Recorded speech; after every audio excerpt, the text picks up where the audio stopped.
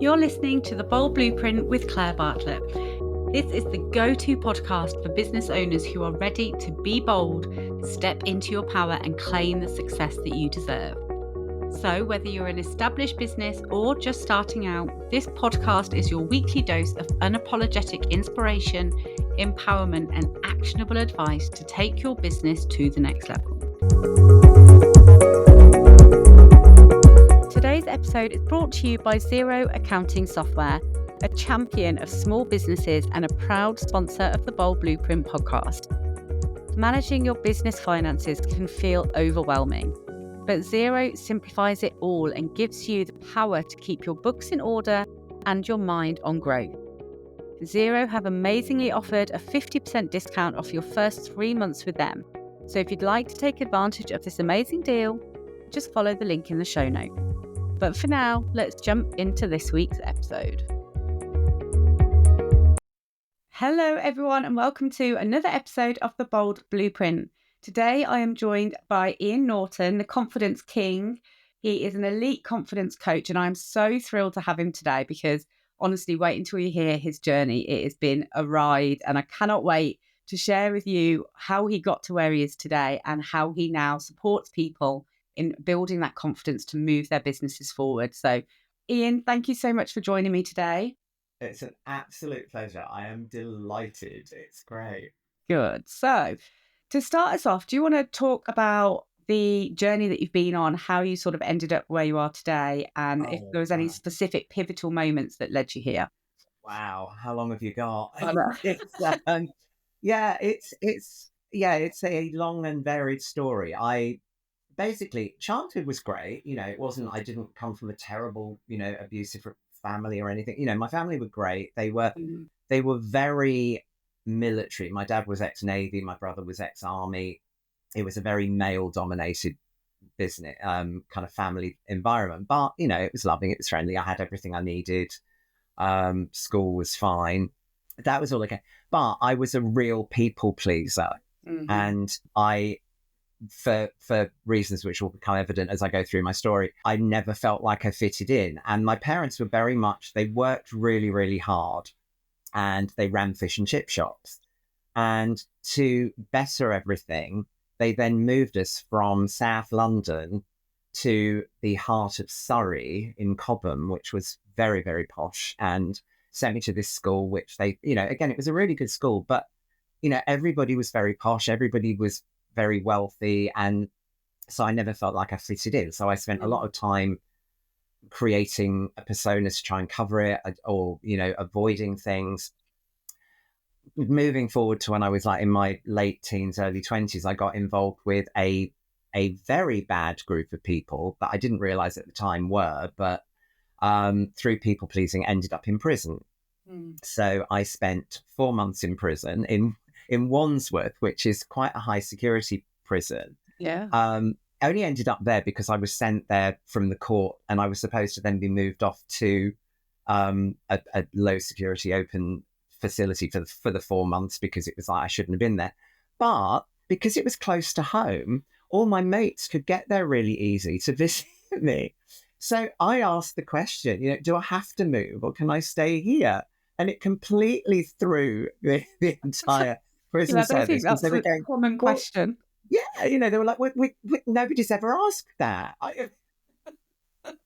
So I kind of, So I went through the experience. There was a form, so I filled in this form, and I stayed, and so people could visit me. And because I was kind of a little bit of a freak in the system, I had quite an okay time. It was fascinating in terms of what I learned about myself and other people.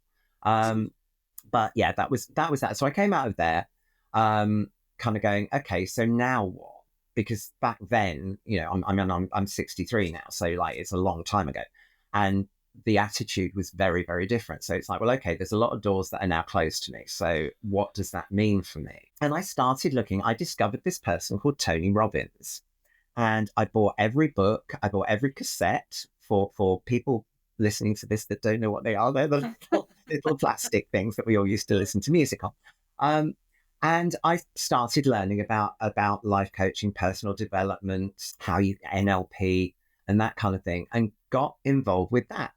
On the way, I was working as an actor because, again, it was something I could do without judgment and without any issues on where I'd been or what I'd done. And I ended up working at a finishing school in London, which at the time was globally recognized as the place to send your offspring to teach them about etiquette, deportment, protocol. And again, being me, I was always kind of like, say yes and figure it out later. Yeah. So because of that, any of the kind of slightly more challenging requests that came into the school were sent my way. And one of those was to work with Princess Diana, because she got married. She was obviously exposed to a lot of media and a lot of attention, a lot of stress. And because we were in Kensington, it was like a quick walk down the road to Kensington Palace. So I worked with her over about 18 months on general presentation, handling the negativity and the press and the attention, refocusing how she dealt with it, how she approached it, and that kind of thing. Did random things like working on personal hygiene with the Sultan of Brunei's helicopter pilot, which was slightly bizarre. What else did I do? I taught Prince Edward how to get in and out of a Range Rover in a kilt without flashing. All sorts of That's your claim to random, fame right there. absolutely, all sorts of random stuff. And because of that, I kind of ended up with this very kind of, at the time it didn't seem like it, but this very kind of glamorous clientele. You know, it's like I'd go personal shopping with Joan Collins, or I'd be doing a motivation session with Boy George, or it was just normal, because it was like, yeah, I'll do that. Yeah, so tell them I'll be over. So did that, moved from there back into some acting, then ended up meeting my husband while I was acting. And at the time I was married to a woman, because I had, as I say, I had this very male-dominated upbringing.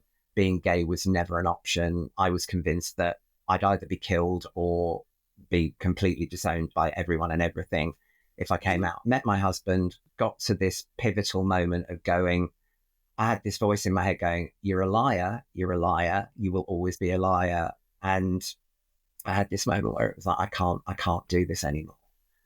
And so I came out, got divorced, lost everything in the divorce because I felt so guilty. So I just walked away from everything. My family were lovely, but I lost a lot of friends through it, which was really difficult. Moved to Lincolnshire, where Christian comes from, and was kind of like Billy No Mates, just completely alone, suicidal, because it was just all so awful. So that was 2 very rough years before I kind of came out of that. And he was an English teacher at the time, and the school that he worked at were looking for somebody to work with a particularly challenging group of teenagers. There was a boy who was severely autistic. There were twins who were oxygen starved at birth. You know, it was some with behavioural issues. And again, I kind of went, do that. So I ended up working in the school, but because of being like I am, I ended up doing a lot of counselling. So I did some counselling training, and some specialist training on autism, ADHD, challenging behaviours, and all of this. And that kind of then brought us to COVID.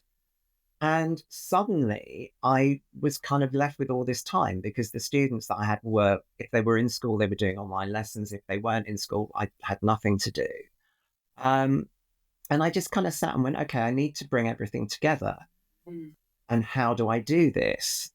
And I thought about everything that I've done, from fashion styling to etiquette, to business protocol, to working with people on building their businesses and their brands and their self-image, to life coaching, to dealing with relationships, and kind of went, where does this sit? And it fundamentally, every single thing that everybody struggles with starts from their self-confidence. Yeah. Because if they don't have that belief in themselves to begin with, there's nowhere to go. You know, if they're in a toxic relationship, if they have no self-confidence, they can't find the strength to leave it. If they want to start a business, if they don't have that self-confidence, they can't launch it. If they've launched it and they're running it and they don't believe in themselves to build it, they can't expand it. Yeah. So it started from there, and it goes. it goes into the big things, but it also goes into little things. It's like I'm working with a woman at the moment who's just been promoted to a C-suite boardroom level. And she's the only woman in the boardroom. She's convinced that nobody will listen to her, nobody will take her seriously. So we've been working on the fact that, she wouldn't have the job if she couldn't, and looking at her own self-worth. But even down to, I've made her throw out the suits she wore for work in her previous role because she's attached to them as, but that's when I was that. Yeah. So it's like, no, you're going out, you're buying a wardrobe, or sort it, a capsule wardrobe that is for you now in this role that you're in. This says you now. I love that. Yeah. So so it's that's and that's the short version. But I think you've just really hit a really interesting point there, that she had the confidence to get to the level that she was at, and she fully believed in herself and had the self-belief, but then taking that next step, that all of those demons came back. And I think that happens for everybody. And this is the point that people forget. They think, well, I'm confident now, I should be confident in everything. And that is just not how it works, is it? No, absolutely not. This is the one fundamental flaw in being a human being, because we work with prehistoric brains. I mean, our brains, it's been scientifically examined. They have not changed since our only threat was a saber-toothed tiger.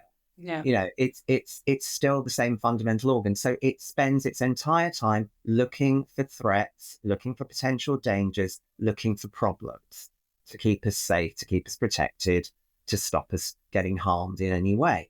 Mm-hmm. So with confidence, every time we've got something to do that we haven't done before, we go, oh, well, if I had a bit more confidence, I'd probably do that. Or, oh, I don't think I'm confident enough to do that. Or because our whole nervous system is going, oh, no, you haven't done that, so it might be dangerous, don't do it. The actual truth about confidence is that you have to do the thing to be confident about it. It's a retrospective mindset. It's kind of an emotion, but it's a mindset. It's something that has to be learned, and you learn it from doing. I know it's an old cliche of feel the fear and do it anyway, but it's actually the reality. Yeah. You can't 100% know that you can do something until you've done it. You can be pretty sure, or you can have a good idea, or you can think, well, I've done that and that, so I can probably do that. But you can't be 100% confident. And the bigger the challenge, the more wobble there will be, the more butterflies there will be, how amazing when you can change that to going, well, actually, this means I'm doing something new. This means I'm taking a risk. This means I'm growing. This feeling of ugh is actually amazing. This is brilliant, because it means something big is happening, rather than going, oh, that feels like, oh, I won't do it then. Yeah. Letting it hold you back. Yeah. And that's what it comes down to. It's having that sense of certainty in yourself that you will be okay no matter what. I mean, what I often say to people, like you, Claire, I'm sure that during your life, there have been times when you've been lying awake in the middle of the night going, I can't do this, or I don't know how to do this, or I can't see a way out of this. Many times. Yeah. And yeah, absolutely. And most people, maybe there's an odd rare one that hasn't, but I think the vast majority of the human race have those moments. Mm-hmm. You are here talking to me now, which tells me you have a 100% success rate of getting through and surviving everything that's ever been thrown at you. You are undefeated at every bad experience, every problem, everything that could ever have happened to you. You are undefeated 100%. I love that. Love that mindset. It's true. But I think when it comes to the confidence, I 100% agree that it's learned by any new experience. Is always going to be nerve-wracking because it's brand new to you. It's pushing the boundaries of your comfort zone. But if you can get to a place where you have sort of an underlying self-belief that you will be okay in whatever situation, and also, I suppose, getting comfortable with the fact that even if it doesn't work out, it's not, that's not an issue. The failure isn't really a thing. It's just a learning opportunity. And and all of those things. I mean, like you said, through my journey in business, there has been a million times where I've had to really push myself, dig deep and feel the fear and do it anyway. But Yeah. I've chosen to do that. And what's helped me is every time that I have done that, the next time, whatever it is, the next new situation I found myself in, I can look back and say, well, I've already done all of these new things and survived. So Yeah. I know that this one of my favorite terms is to getting comfortable with being uncomfortable. Oh, absolutely. It is. It's trusting in yourself. This is what I mean. It's that self-belief Yeah. that you will be okay no matter what happens. What's the worst that can happen? It's like, it's like if you walk out on a stage in front of 5,000 people and you muck it up. Well, nobody's going to die. A Yeah. day later, half an hour later, the majority of people that were there won't even remember. Hmm. It doesn't matter. It's having that trust that you will be okay no matter what happens. The thing is with confidence, a lot of the time when people say, "Oh, I want more confidence," they actually don't, because what they want is one of two things. They either want what I call goop. They want the good opinion of other people. I love. They want to know that they're not going to be laughed at, they're not going to be criticized, they're not going to be judged, they're not going to, you know, all of these things. So they don't want confidence. They want the good opinion of other people, Hmm. or they want a guarantee. They want certainty that it's going to work out exactly the way they want it to work. Yeah. And again, there is no such thing as certainty. And sometimes the way things work out is actually better than the way you were going to make it work. Exactly. And sometimes, even when things do go wrong and they don't go the way that you thought they would, actually, that's by far the best thing that could have ever happened to you. I speak to so many people, and it was true for me. At some point, you've been made redundant, or something has happened to this career life path that you put yourself on. And in that moment, it might feel like the worst thing that could happen, but it always puts you on a better path. Yeah, absolutely. I always think of it in terms of, like, if you put a destination in the sat nav and you've kind of got your destination of where you want to go to, but if it's somewhere new and you're driving along and you think, oh, that looks pretty, I'm going to go down there, or you see a nice pub and think, oh yeah, let's stop off and have a drink and a sandwich or something. It's like, it's great to have that destination, and you need that sense of certainty in where you want to go. Hmm. But it's about having the confidence to enjoy the journey and be able to stop off or take a detour or go, actually, that's close as well. No, let's go there instead because that Yeah, looks more fun. I And love just that. allowing for that. Yeah. And so if we look back at your journey, Mhm. obviously you had that 4 month wobble in your life that was not Yeah, yeah. necessarily what you had envisioned for yourself, but that led you down to looking for alternative ways of, working, how you could avoid the doors that had closed on you. So your life could have been completely different if you hadn't have gone through that experience for those 4 months. Um, but one thing, we're talking about confidence, obviously, Yeah. and you have worked with some huge names through the years. And a Yeah. lot of people would instantly be like, God, I would never have the confidence to help Princess Diana or all of those things. So where do you think you found the confidence in those moments to just be like, well, that's no problem. I'll go and see old Di down the road and Yeah. sort her out. I think for me it was that FM.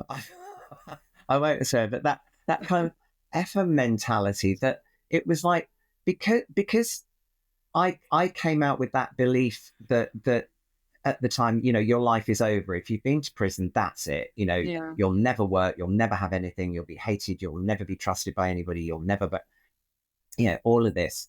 I hasten to add, it was something fairly minor that I did. I was transporting fake credit cards from them to customers and stuff, and Right. kind of didn't really know, but kind of knew. So, but it was nothing terrible.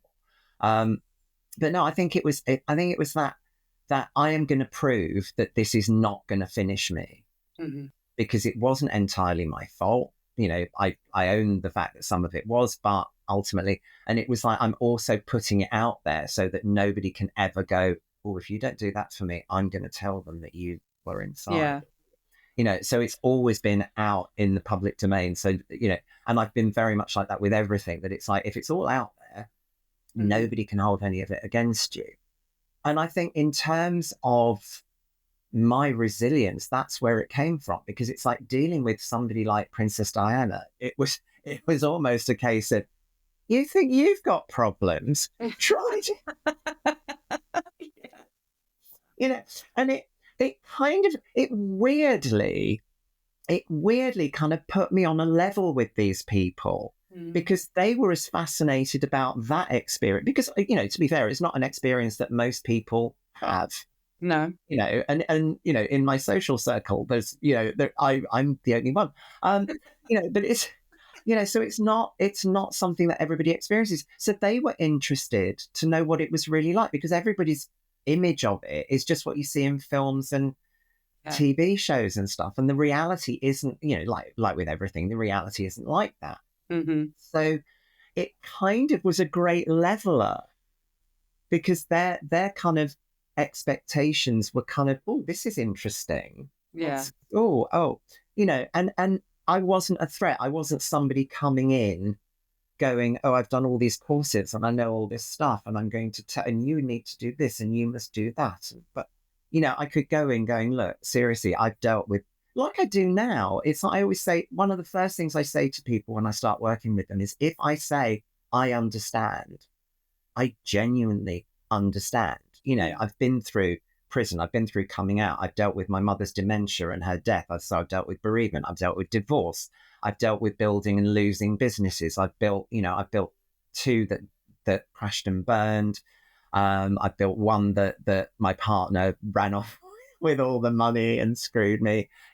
It's like, so when I say I understand, I'm not coming from, yes, I've read a book on it or I've done the course on it. I'm going, actually, yeah, I have, so that I could help myself. So now I can help you. Yeah, you've had that lived experience.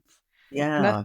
When we're talking about, like we said, Princess Diana, for instance, and the big names, what I've experienced through my journey and meeting people that I have previously, had on a pedestal, they're people that are further down the journey or really inspirational for me. But when you meet them, they are just the same as you or I. And I think that really helped me the first couple of times where I met these, inspirational people in my world. And I thought, you started exactly where I started. Everybody does. The whole world is a level playing field. And I think that can really help as well, especially in today's world where you have the Insta lifestyles and there's so much of the perfection online. The reality is rarely shown. And then you can get that comparisonitis, you can get lost in, oh, they're doing all of these things and I'm not there.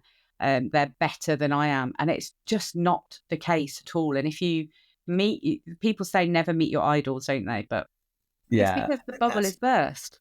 Yeah, but that's the thing. I mean, that whole theory about never meeting your idols was the whole point, that when you meet them, you discover that actually they're flawed like everyone else. They have their own issues like everyone else. They may have fame, they may have money, they might actually have the Lamborghini and the big house. As opposed to all the Instagrammers that just pose in front of one and pretend.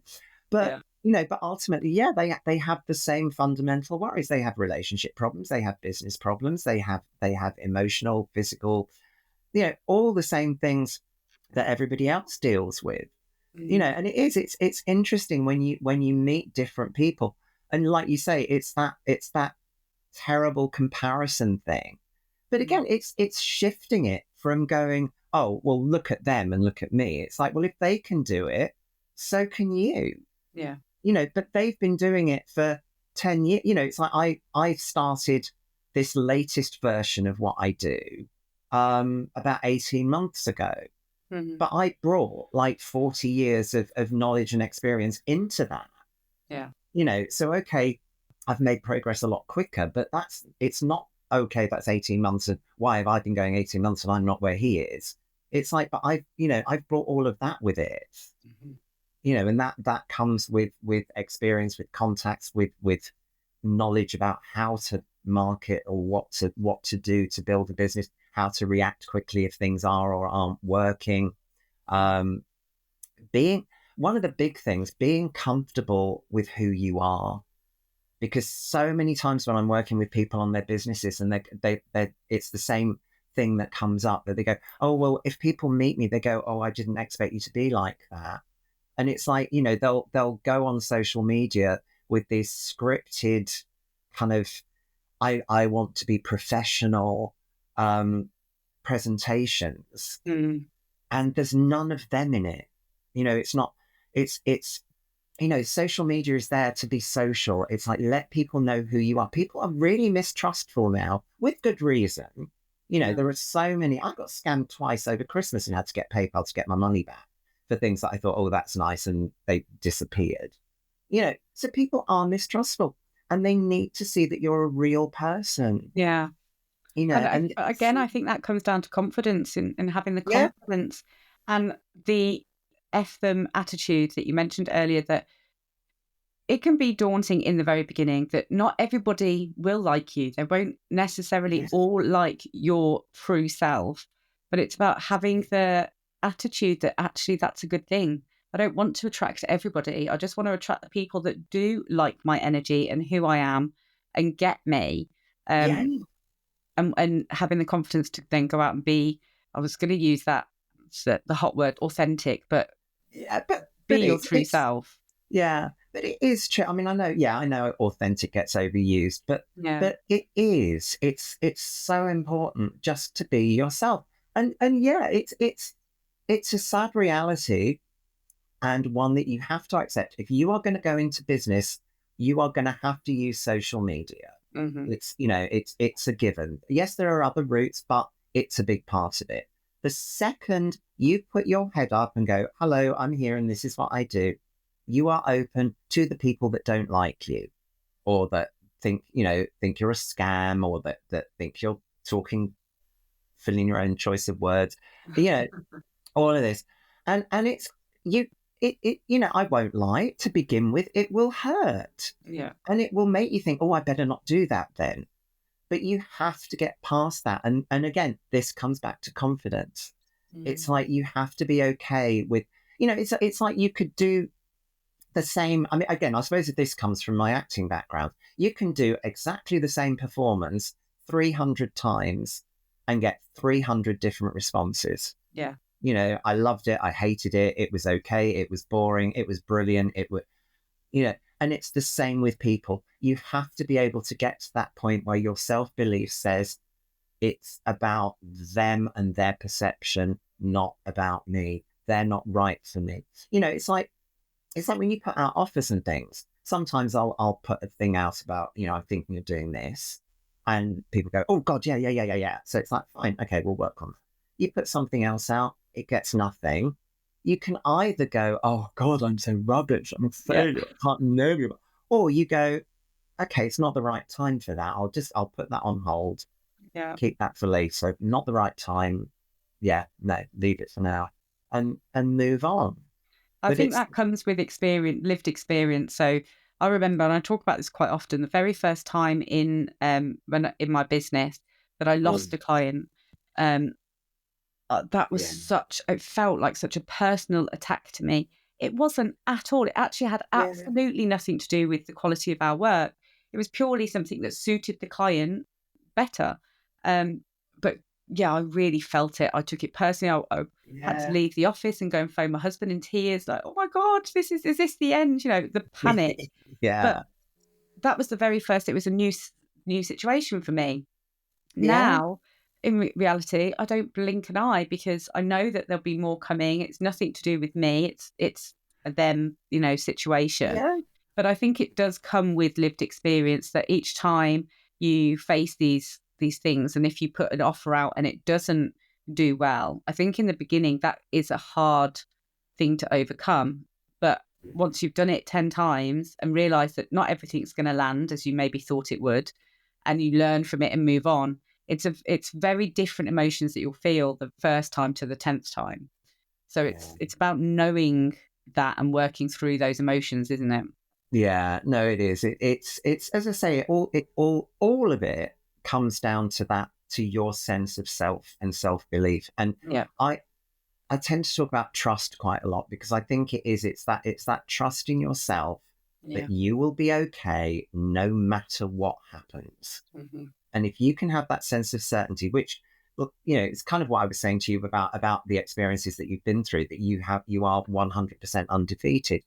So, you can take all that proof with you into something, and it's like, okay, so you put out an offer and nobody wants it. What's the worst case with that? Okay, it's not the right thing for that moment. You can try something else. Or what is it about it that's not quite right? Is it your approach? Is it, a lot of times I was talking to a woman the other day about her social media, and she was so, she was like, I'm doing it all right. I'm doing everything that I was told on this marketing course, and I'm doing this, and it's like, yeah, but look at it from somebody else's point of view, not you looking at it. Look at it from a stranger or a potential client. It's all business. It's all, I do this, I do that, I offer this, I offer that, I do this. There's no her in it. Yeah. There's no interaction. There's no genuine getting to know that person. And equally with the business posts, there's nothing about the clients. Mm. It's all what she does and what she offers, not what's it. Any potential client is looking, going, well, what's in it for me? What can you do for me? How can you make me feel better? Yeah. And that's missing. And the whole point of social media is get social, let people see who you are.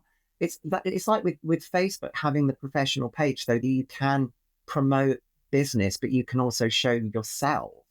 Mm. It's so powerful, because people can go, oh, I like them, or oh, they're quite interesting, or oh, they've got a dog, I've got a dog, I'm excited, or oh, I wanted to try that wine.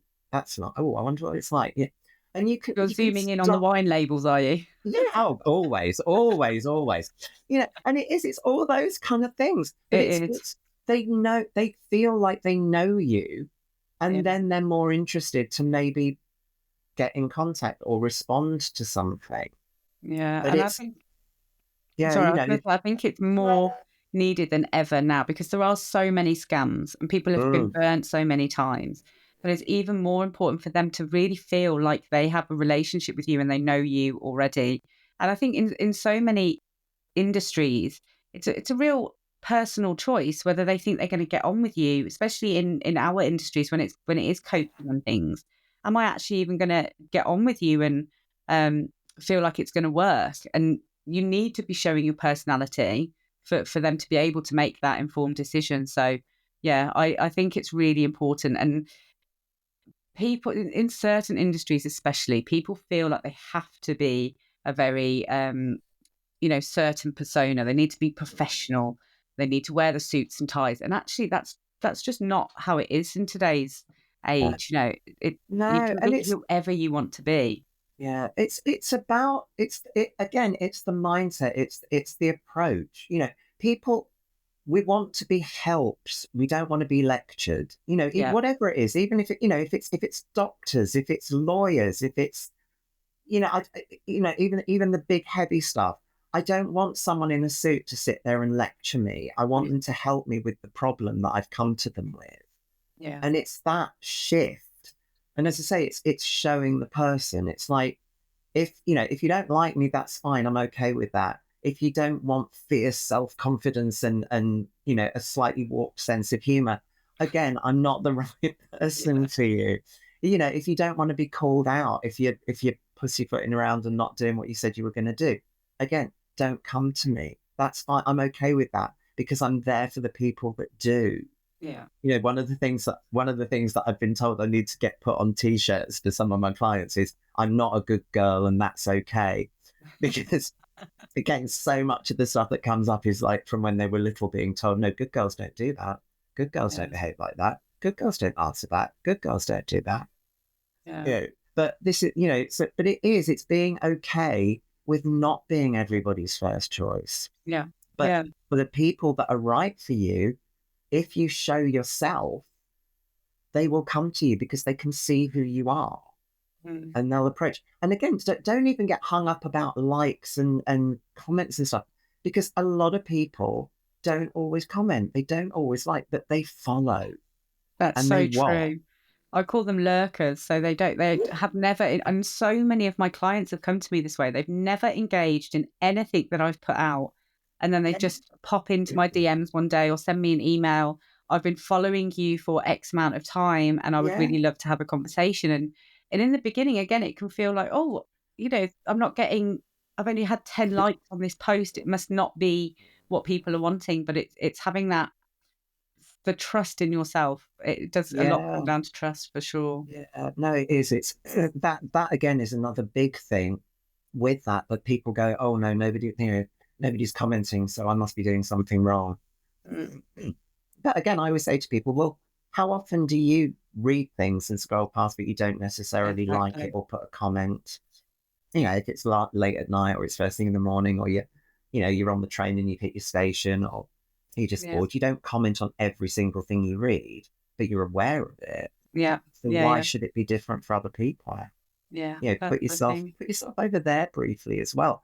It's another thing that really helps. Yeah, it does. Now, time is going on, but I can't not speak. No. This is just an amazing conversation that I could have all day. But I do ramble. I do go off on a. No, this is the thing. This is the only issue I have with podcasts is I have to limit the conversation. And honestly, so many times I could speak all day.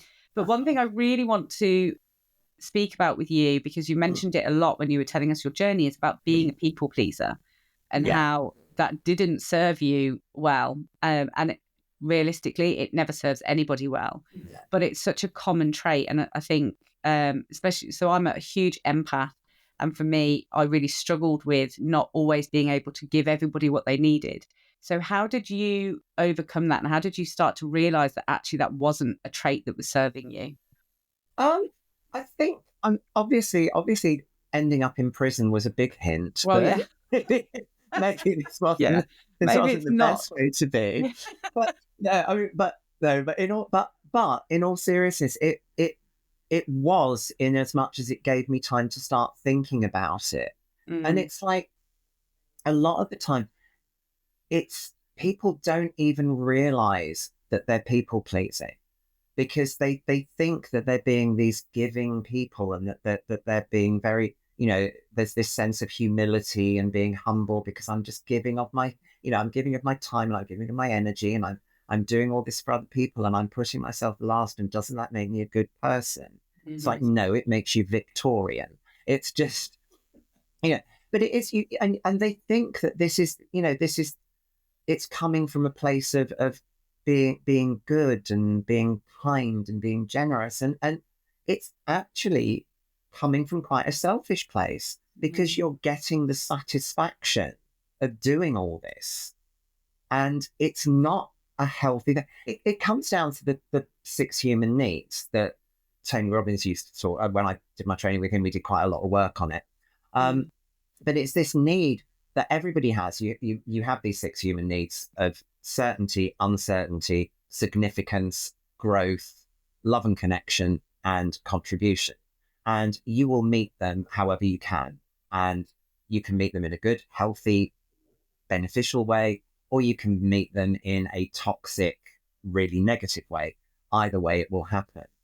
And I just felt, as I say, ending up in prison, you go, hang on, this is ridiculous. What have I done to get here? And I realized that it was trying to be liked, trying to fit in, trying to be part of a group that actually I didn't really, when I sat back and thought about it, didn't want to be involved with, because I didn't really like them anyway. And it was about shifting that view from, I want to help people, I don't want to please people. And there's a big difference. And it gets slipped. It slips through, because it's people pleasing is a sneaky kind of trait, because you don't realize that you do it until you're so far into it that it's really hard to get out of. You become this person that just always says yes, always does it. It becomes resentful and quite often bitter to a certain degree, even though you're doing all this stuff. and you keep doing more of it to try and make yourself feel better. And all it does is breed more resentment, more stress, more anxiety, more pressure until you explode. And then all the people that you've been pleasing look at you and go, well, what's wrong with you then? Because you dare to say no, or you blow up. So I did a lot of work on why do I do that? How does that happen? And it was that awful thing of spending time actually saying no, which was really, really hard. And again, it's one of those things that people struggle with, saying no. And that's where I started saying no is a complete sentence. And you have to just say no. And, can you do it? No. Because the second you open up with, I wish I could, but, or I haven't got time, or it opens up that space for negotiation, and they can go, oh, well, if you haven't got time now, could you do it tomorrow? Yeah. Or, well, if you want to, I'm sure we can make it work. When can you do it? But it opens up negotiation, whereas no, flat no, there's nowhere to go. And it was uncomfortable in the beginning. Those very first few, I remember, because I was exactly the same as you when I was younger. For me, it was definitely trying to fill my own bucket, I suppose, and trying to make myself feel better by making other people. And I was so desperate for people to like me when I was younger. So for me, if I could do it, if anyone asked me to do anything, I would say yes, I'd figure it out in the hope that they would then like me and that would give me something. Yeah. So when I figured all of this out, I was probably maybe early 20s, I think, when I really started pushing back. And it's exactly what you said. Well, oh my God, what's wrong with you? And the shock look on your face, like, who is this person that's suddenly saying no? And then for me, I think I would say this about absolutely everything in life. It's a balance, and you want a pendulum. And I was so far in the always say yes phase, and I swung too far into the no phase. And I was like this, I opened this box and suddenly I was saying no to just absolutely everything, trying to determine my authority, I suppose, and that I wasn't able to say no. And then finally I managed to settle nicely in the middle, and, I say yes to the opportunities and the things that I want to genuinely help with, but I'm comfortable enough to say no when I see it's not serving me. It was only, going to be serving them. So it's a journey for sure. Yeah, it's a process, but it feels awful, but it's, it's like the flow of energy. You have to do that. It's kind of like giving up alcohol or giving up smoking or giving, any addiction. You have to have that moment of complete cold turkey, and it is, you do say no to everything, and then you kind of, like you say, you start to open up a little bit and go, well, actually, okay, now I'll say yes to that, because it's not, not everybody's not expecting me to do everything, or just saying yes with no ulterior motive apart from just to help them.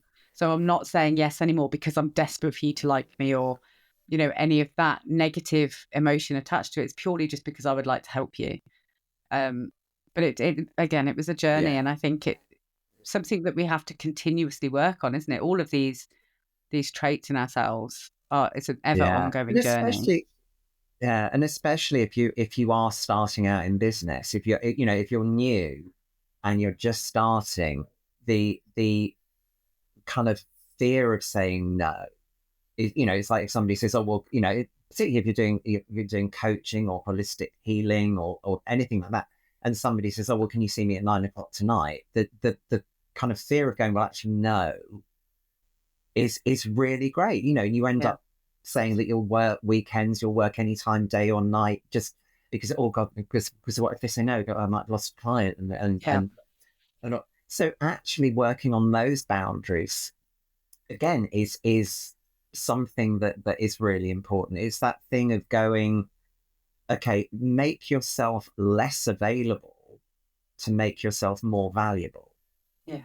And it's a really tough thing to learn. But again, it's really useful. And if you can start from there, it only strengthens your business as you go forward. Yeah. One of the best pieces of advice I ever got when I first started business was, don't say yes to every client that wants to work with you. And I remember them telling me that and me thinking, well, why would you ever turn money away? And they explained the reasons, and I listened. I did take it on board and I listened. And there was only a couple of times in those early years that I went against my better judgment and agreed to work with people. And how And did that they work? were the biggest headaches. They, paid you the least money because they're always the tightest. And Yeah. it's a lesson you've got to learn, that actually you do need to trust your judgment and your gut, and don't just say yes to everyone for the money, because the money will come anyway. You might just have to wait for the next client. Oh yeah. Yeah. No, again, it's a lesson to learn. And the earlier you can learn it, the less grief you go through. Yeah, exactly. Ian, thank you so much for joining me. Honestly, I've loved our conversation and genuinely feel like I could speak to you all day. Oh, bless you. Thank you. It's been lovely. Good. If people are wanting to learn more about you or see how they can work with you, where are the best channels for them to come and find you on? Either the website, which is iannortoncoaching.com, or, to be honest, the best thing is to just find me as Ian Norton on Facebook, because that, as I say, that is everything about me. There's some of my story. There's me day to day, so you know what you'd be letting yourself in for. Well, I'm going to go and find a wine bottle and zoom in on the label and see what you drink. Oh, there's plenty of those. But yeah, no, that's probably the easiest, because those, as you say, Facebook has everything, or the website. Brilliant. But yeah, Well, no, it's been lovely. Good. Thank you so much. I'll put the links in the show notes for everyone. But thank you all to our listeners. I hope you have enjoyed this lovely conversation with Ian, and I will see you all next week. Take care. Bye, everybody. I hope you have enjoyed today's episode, which was brought to you by Xero Accounting Software, a champion of small businesses and a proud sponsor of the Bold Blueprint podcast. If you're running a small business and you are dreaming big, then Xero is here to help make those dreams a reality. Xero is all about supporting entrepreneurs just like you, who are not just running businesses, but are also changing the game. So whether you're just starting out or you're scaling up, join a global community of small businesses who trust Xero to manage their finances efficiently.